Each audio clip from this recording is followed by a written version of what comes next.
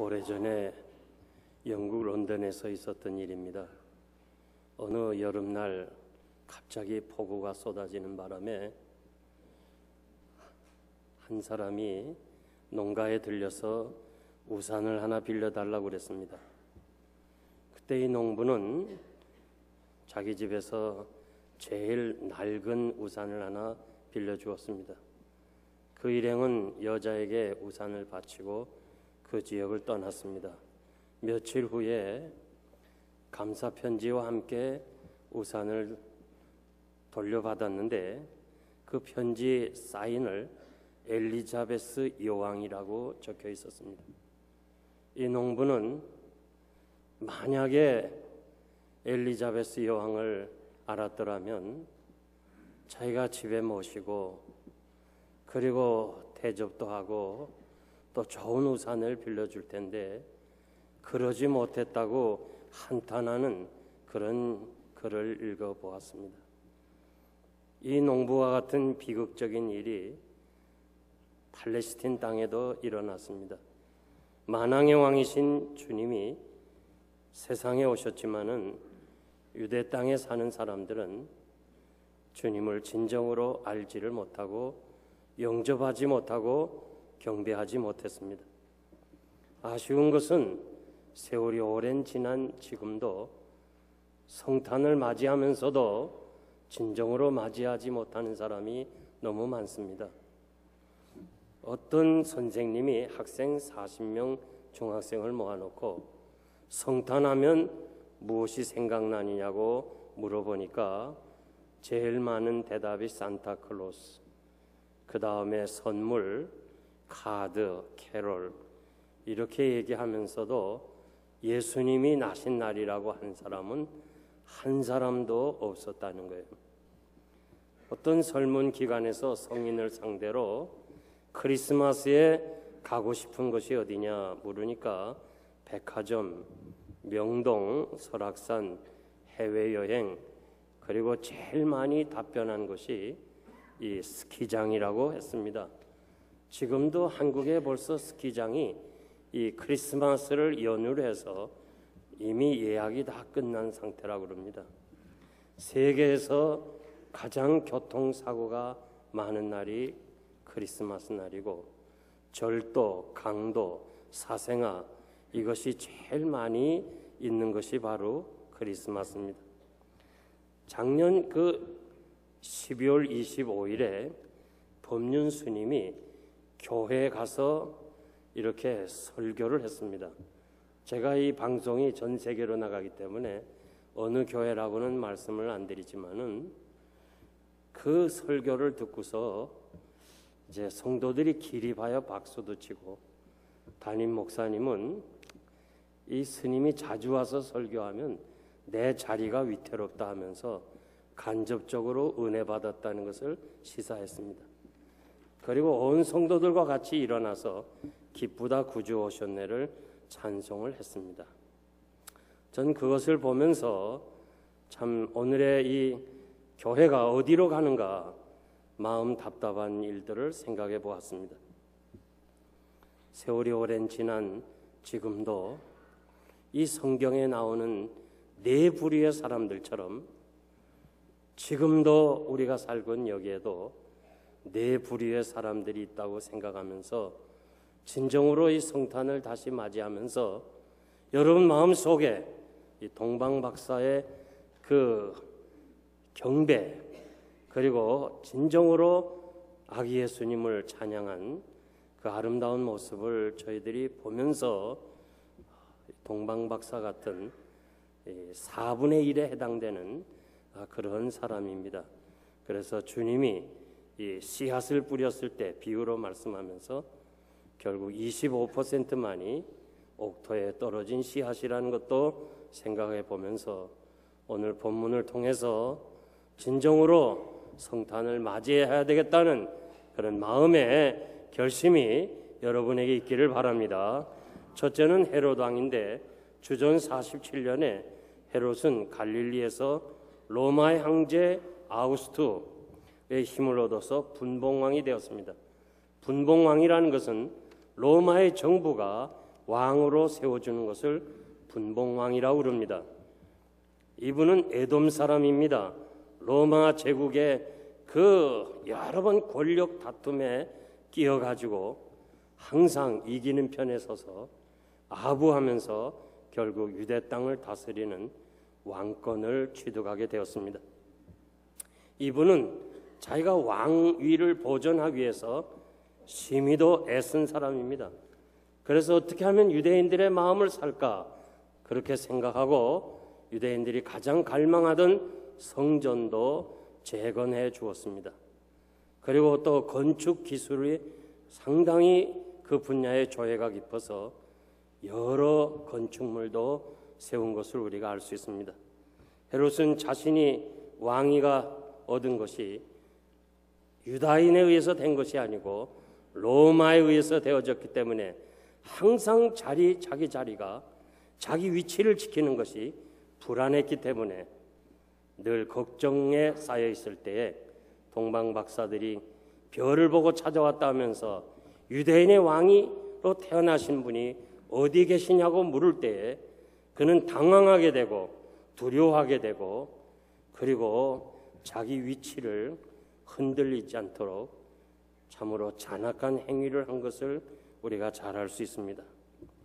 헤롯은 대제사장과 서기관들에게 메시아가 어디서 나올 것인가를 묻을 때 베들레헴이라는 사실을 알려주었습니다. 그래서 박사들에게 베들레헴이라는 얘기를 하면서 가서 당신이 찾거든 경배하고 나에게 일러주면 나도 경배하겠다고 그렇게 이야기를 하지만은 박사들은 하나님의 지시를 따라 헤롯에게 가지 않고 다른 길로 갔습니다.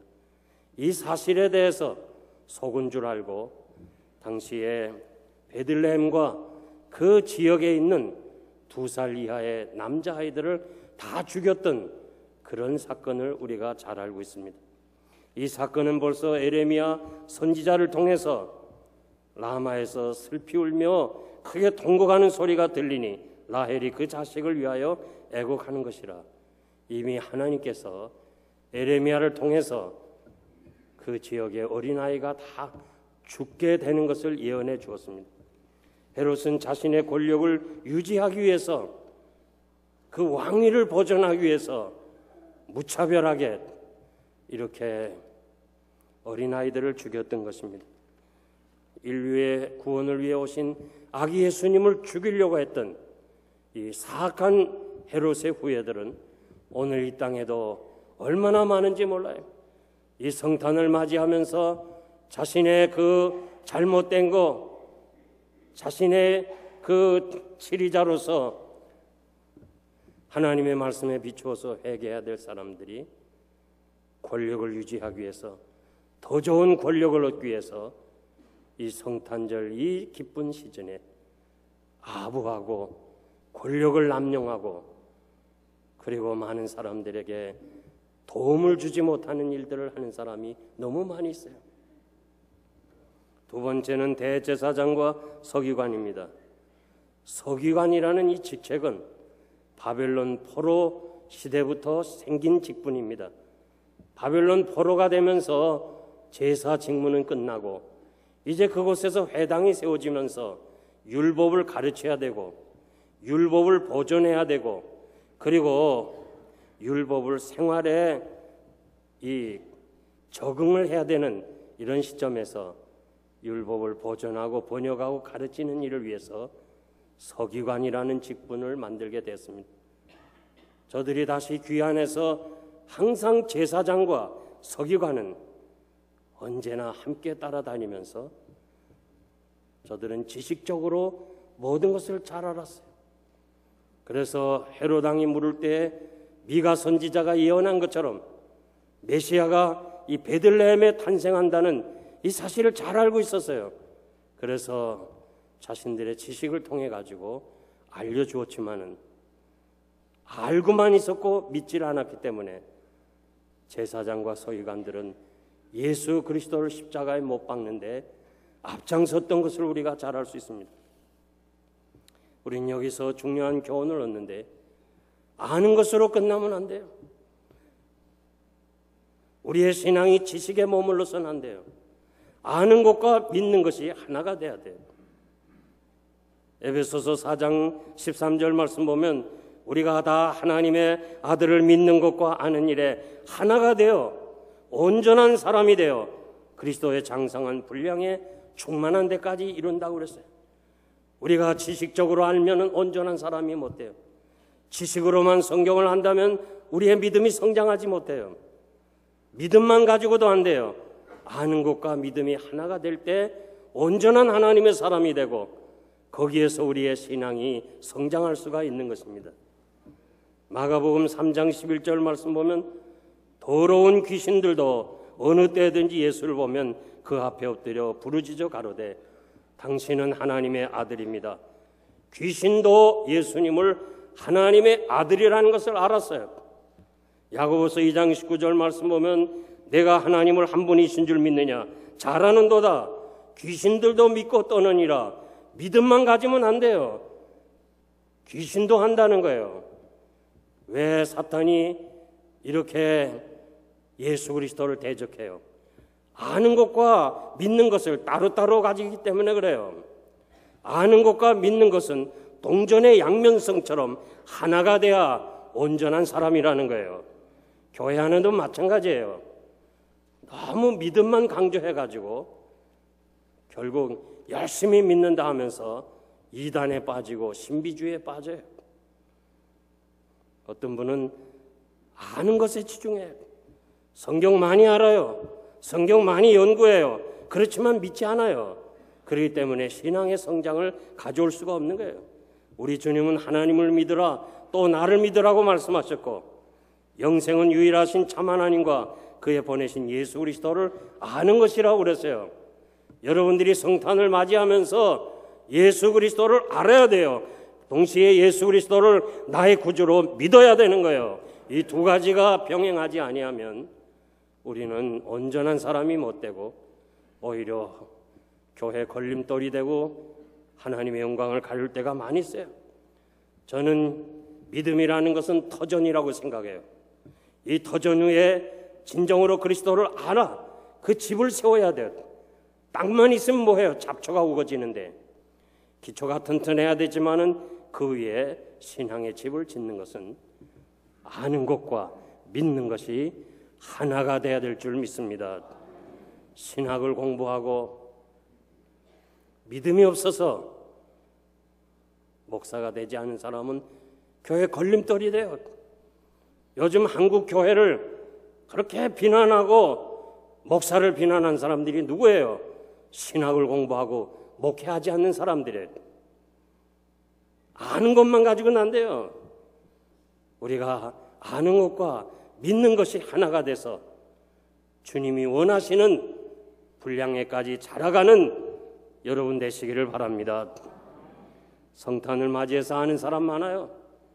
심지어 스님들도 잘 알아요. 스님의 설교를 들어보니까 너무 잘 알아요.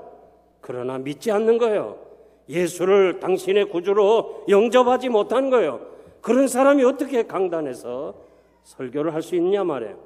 그리고 그런 사람의 설교를 듣고 어떻게 은혜 받았다고 얘기할 수 있냐 그 말이에요. 오늘의 이 정말 한국교회 현실을 바라볼 수 있으면서 우리 자신을 한번 돌이킬 수 있는, 정말 내가 그냥 크리스마스가 주의 오심이 탄생이라는 것을 아는 자리에 멈추지 말고 다시 오실 주님, 오신 메시아를 예언한 것처럼 오셨으니까 다시 오실 주님도 기다리는, 아는 것과 믿는 것이 하나가 돼서 이번 성탄이 지나면 또 한 계단의 신앙의 성장이 여러분에 있기를 바랍니다. 세 번째는 예루살렘의 시민들이에요. 헤롯이 다스릴 때 예루살렘에 살고 있는 사람들은 불안했어요. 헤롯은 10명의 아내를 두고 자기 후계자로 지명한 아들부터 시작해서 아들 3명이나 죽였어요. 과대망상증에 걸렸어요. 그래갖고 아주 잔인하게 정치를 했어요. 미칭아이 같은 폭정을 했어요. 백성들은 어수속히 메시아가 오셔야 된다고 그렇게 기다리고 있어요. 이 복종이 끝나고 로마의 식민지 하에서 벗어나는 길은 메시아가 오셔서 이 나라를 다스려야 된다는 이 사실을 알고 기다렸어요. 그래서 유대인의 왕으로 나신 이가 어디 있느냐고 물을 때 온 예루살렘의 시민들이 소동했다고 그랬어요. 현대인의 성경 보니까 떠들썩했다 그렇게 번역했어요. 킹 제임스 성경은 불안했다고 그렇게 얘기했어요. 예루살렘의 시민들은 떠들면서 흥분되면서 난리치면서도 예루살렘에서 베들레헴까지는 6마일밖에 되지 않지만은 성경에 보니까 아무도 찾아가서 아기 예수께 경배하지 않았어요. 이것이 오늘의 우리의 믿는 신앙인들의 자세예요.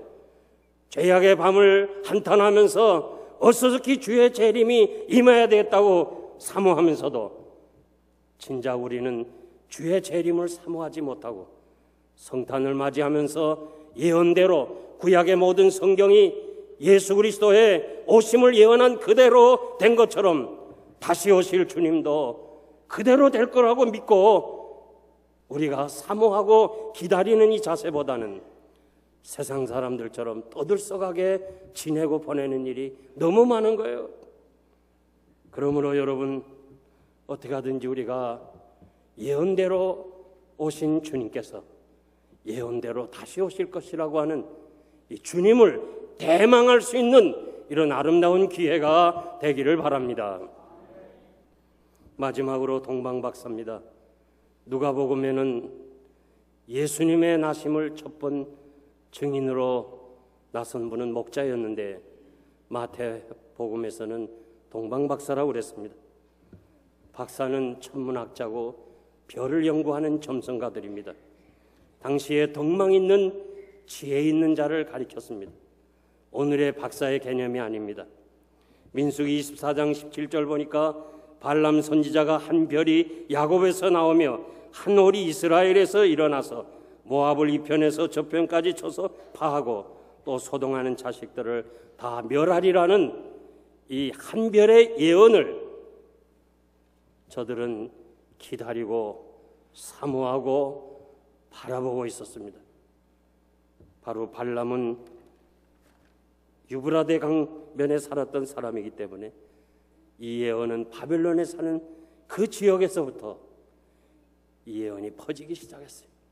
그래서 이 지혜자들은 밤하늘의 무별을 보면서 혹시나 저것이 예언한 별이 아닌가 늘 사모하면서 기다리니까 하나님께서 직감적으로 저들을 알려주셔서 저들은 그 별을 따라서 사막을 지나고 강을 건너서 유대 땅 베들레헴까지 오게 되었습니다.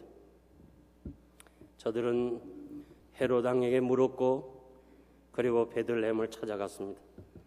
그리고 이분들은 아기에게 황금과 유향과 몰약을 선물로 드렸습니다. 황금은 인도의 소산으로 왕에게 드리는 예물이었어요. 저들은 아기 예수님을 만왕의 왕, 우리의 왕으로 고백을 했습니다. 유향은 파사의 소산으로 성전 제사 때 희생 제물에 바르는 향료입니다.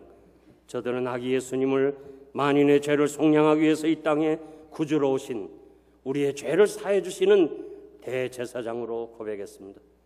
몰약은 아라비아 지방의 소산으로 죽은 자에게 발라서 썩음을 방지하는 방부제 역할을 하는 흰 액체였습니다. 인류를 위하여 대신 죽으신 주님으로 모시고 경배를 했습니다. 왕을 위한 황금, 제사장을 위한 유향, 그리고 대속의 죽음을 위한 몰약을 드렸습니다. 이것이 아기 예수님 요람에 찾아간 동방박사들의 예물입니다.